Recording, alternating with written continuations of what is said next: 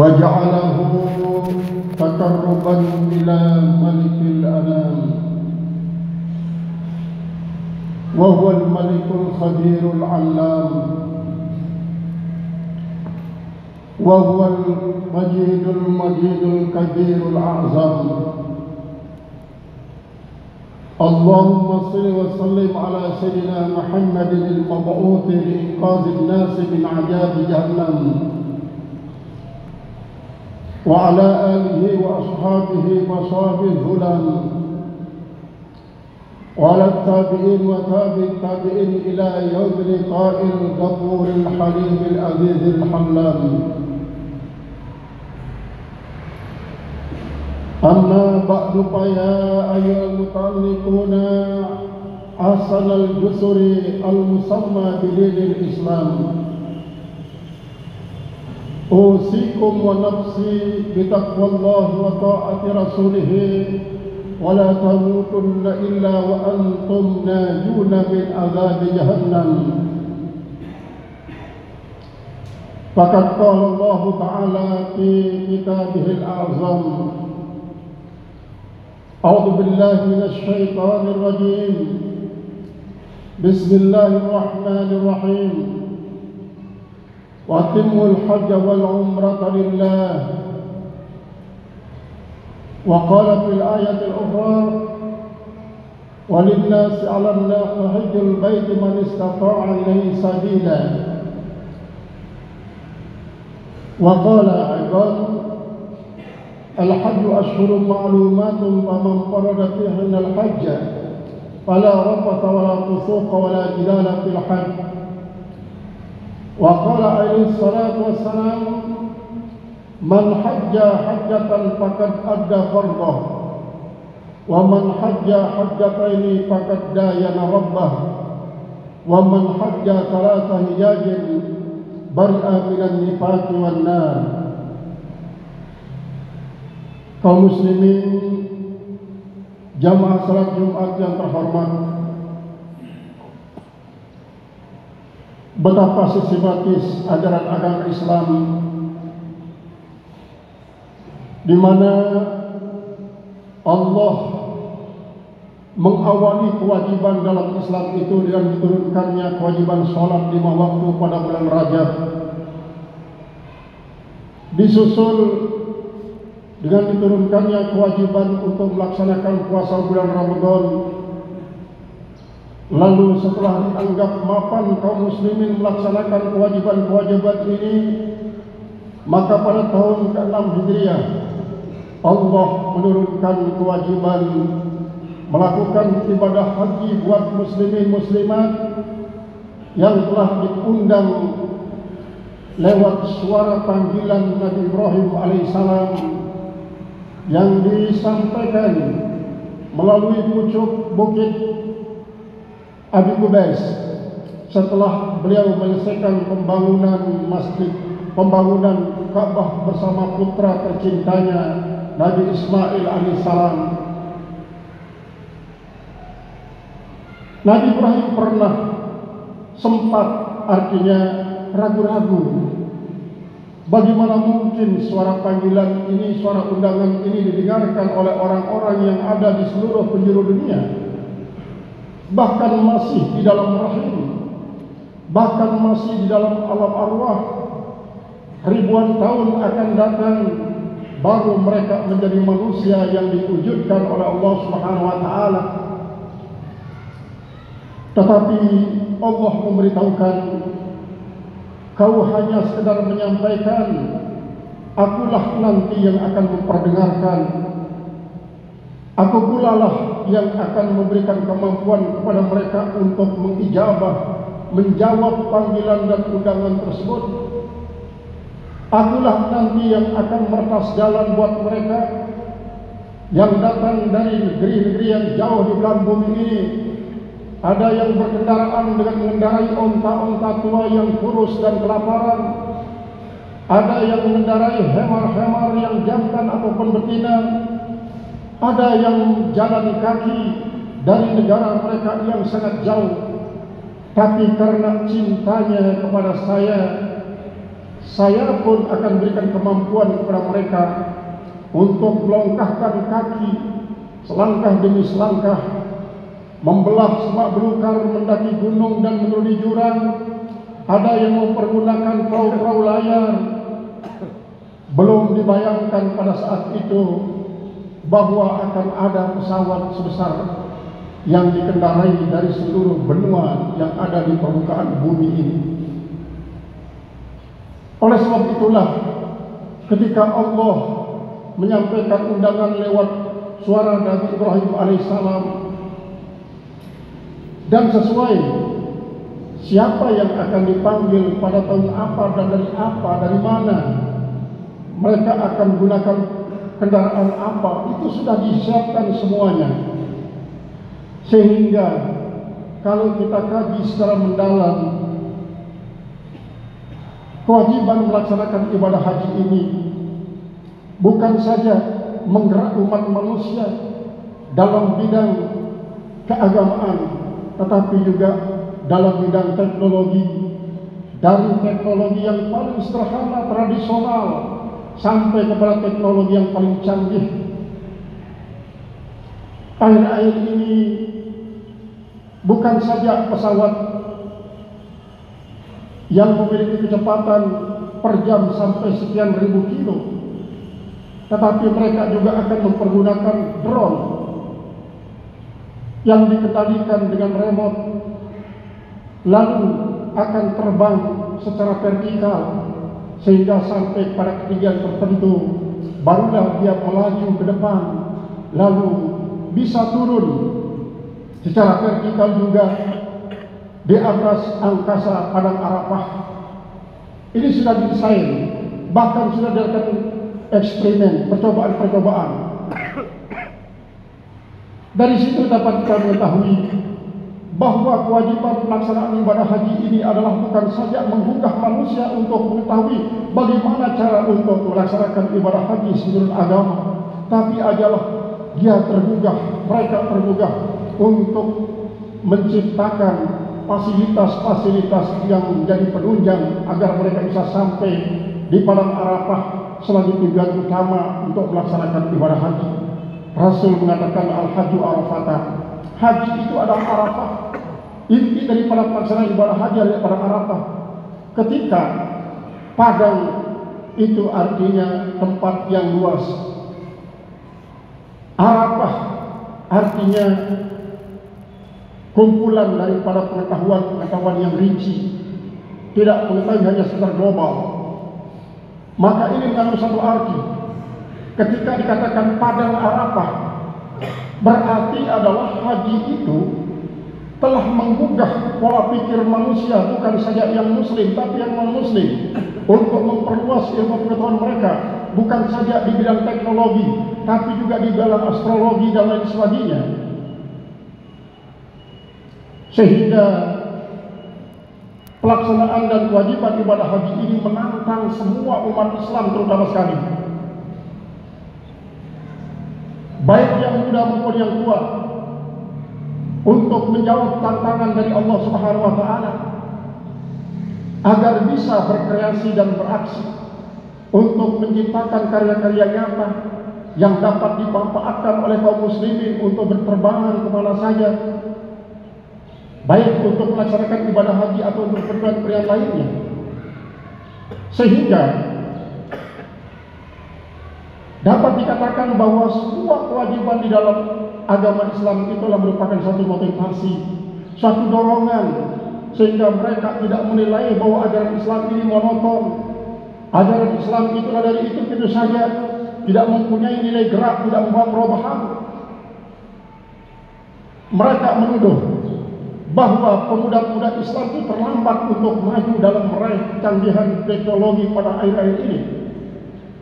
Bila itu merupakan satu kenyataan, maka wajib dijawab oleh pemuda-pemuda Islam. Bagaimana menjawabnya? Mau tidak mau, ilmu pengetahuan dan teknologi harus dikuasai seluas-luasnya. Itulah filosofi daripada padang Arafah. Padahal kita punya tempat yang luas, Arab itu pengetahuan yang jernih, pengetahuan yang rinci, tidak hanya secara global, artinya secara umum. Maka tantangan ini wajib dijawab oleh kaum muslimin supaya kaum muslimin tidak ketinggalan. Jangan sampai umat Islam ini hanya menjadi konsumen pasif di tengah-tengah gerakan orang-orang non-muslim begitu aktif sebagai subjek-subjek yang aktif.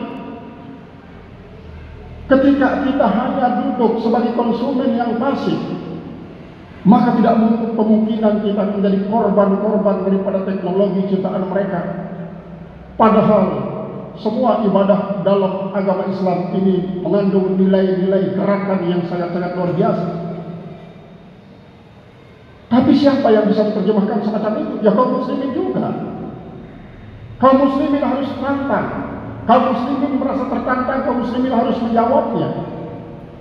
Maka oleh sebab itulah kepada para pemuda-pemuda dan remaja yang memiliki kesempatan banyak untuk mendalami ilmu pengetahuan dan teknologi, kalian jadikan semua ajaran dalam agama Islam itu sebagai motivasi, termasuk dalam hal ini daripada haji.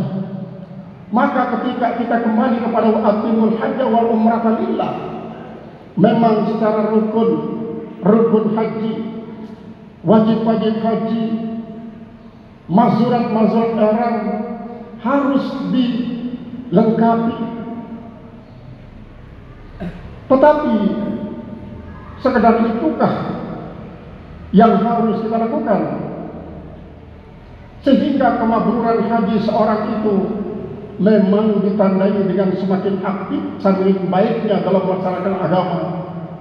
Tetapi sekedar itukah ciri daripada mabruran haji seorang umat Islam yang berhaji? Tidakkah akan membias sampai kepada pemanfaatan yang lain untuk menjadi orang yang berguna baik di internal umat Islam ataupun sampai eksternal umat manusia pada menyeluruh? Dalam arti motivasi ibadah haji ini harus dijadikan sebagai motivasi yang membuat manusia-manusia muslim baik muda maupun tua untuk senantiasa bereaksi dalam hidupnya. Jangan hanya sebagai penonton pasif, akan menjadi korban daripada orang-orang yang biadab, memanfaatkan teknologi informasi untuk mengorbankan kaum muslimin, korban dalam bidang ekonomi, korban dalam bidang moral, korban juga dalam bidang sandang dan pangan. Banyak korban-korban yang bergelimpangan lantaran daripada keserakahan orang-orang yang memang menginginkan hal itu. Tetapi kaum muslimin harus sadar, harus merasa tertantang dan dipanggil. Jawab tantangan itu dengan semua mengadakan gerakan kemajuan dalam bidang ilmu pengetahuan dan teknologi, di samping perkuat iman, sehingga atimul hajj wal umrah lillah itu tidak hanya sekedar memenuhi rukun haji, menjalankan wajib haji, menghindarkan diri dari mahzuratul ihram, tetapi adalah aplikasinya baik secara internal kaum muslimin, eksternal umat manusia secara menyeluruh. Ini yang juga akan menjadi salah satu daripada bukti betapa kayanya syariat Islam itu. Kita tidak suka kalau ada orang-orang yang anti-Islam meremehkan akan ajaran kita karena tidak pernah dikelupas oleh kaum muslimin sendiri. Bagikan dia terbungkus oleh sesuatu yang sangat berharga, lalu bungkusnya tak pernah kita buka, mutiara-mutiara di dalamnya tak pernah kelihatan. Maka pada saat inilah sudah saatnya para pemuda-pemuda Islam untuk menjawab semua tantangan-tantangan tersebut. Walillahi 'alan nasi hajjul baiti man istata'a ilaihi sabila. Wajib atas manusia untuk melaksanakan ibadah haji. Manusia yang dimaksud di sana muslimin muslimat, untuk mendatangi Baitullah melaksanakan ibadah haji. Bagi yang mampu untuk berjalan yang dimaksud di sini adalah yaitu termasuk majas mursal min itlaqil wasail wa iradatil maqasid. Yang disebutkan adalah jalan, tetapi yang dimaksud adalah tujuan sampai Mekah. Man istata'a ilaihi sabila. Untuk menunjang sabila ini kita perlu untuk menciptakan teknologi. Bila perlu teknologi yang diciptakan oleh kaum muslimin ini mengungguli teknologi-teknologi yang sudah diciptakan oleh orang-orang lain, sehingga perluasan pemaknaan daripada seruan panggilan ibadah haji itu disesuaikan dengan kebutuhan kontemporer kita. Kalau dulu para pendahulu kita dari Lombok berlayar pakai perahu selama 6 bulan di tengah lautan, terombang-ambing oleh gelombang pasang, dihantam oleh badai dari depan, belakang, kiri dan kanan, ada yang merebek. Bukan saja layar perahunya yang robek, tapi tiang-tiang layarnya pun patah, bahkan papan-papan perahunya pun habis dihantam oleh gelombang, lalu terdampar di sana sini. Ada yang selamat, ada yang tidak selamat.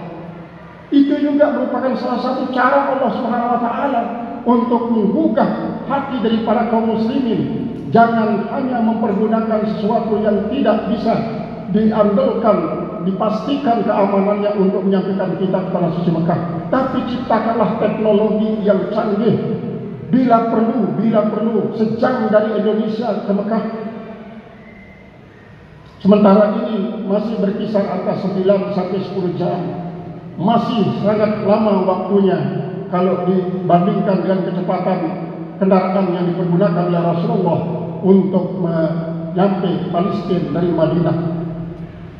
Kaum muslimin jamaah salat Jumat yang terhormat, firman Allah yang mengatakan juga, al-hajju asyhurun ma'lumatun faman farada fihi al-hajj wa la rafata wa la fusuqa wa la jidala fil hajj. Ini sesungguhnya kalau diartikan secara makna ibarat, rapas itu artinya jangan bermain cabul-cabul, baik ucapan, perasaan, tingkah laku, sikap. Kemudian kusuk, jangan terlena dengan perbuatan kalau itu dikatakan sebuah maksiat. Jidal, jangan hanya banyak bicara, jangan hanya banyak mengucapkan kalimat-kalimat lagu, tetapi hendaklah semua itu dimanage untuk menjadi suatu motivasi. Buktikan dalam bentuk karya nyata. Karena kalau yang 3 ini dilakukan, berarti adalah menyia-nyiakan makna daripada sebuah kehidupan. Bukankah Rasulullah SAW pernah mengatakan, al-Islam yadullu ala anfa'i mimma zanantum biha. Islam itu adalah dia menunjuk kepada sesuatu yang sangat bermanfaat daripada hanya sekedar yang kita bayangkan. Jangan sampai menyia-nyiakan waktu, karena waktu ini tidak akan pernah kembali kalau sudah lewat. Bukankah Allah sudah memberikan kita suatu surat yang pendek tetapi sangat panjang maknanya, wal asri innal insana lafi khusr. Demi waktu, sungguhnya manusia dirugi, kecuali siapa yang memanfaatkan waktu itu dengan membuktikan keimanannya dengan amal saleh, saling memberikan pesan dan kebaikan, saling berpesan dengan kesabaran. Itu yang akan terlepas daripada khusr.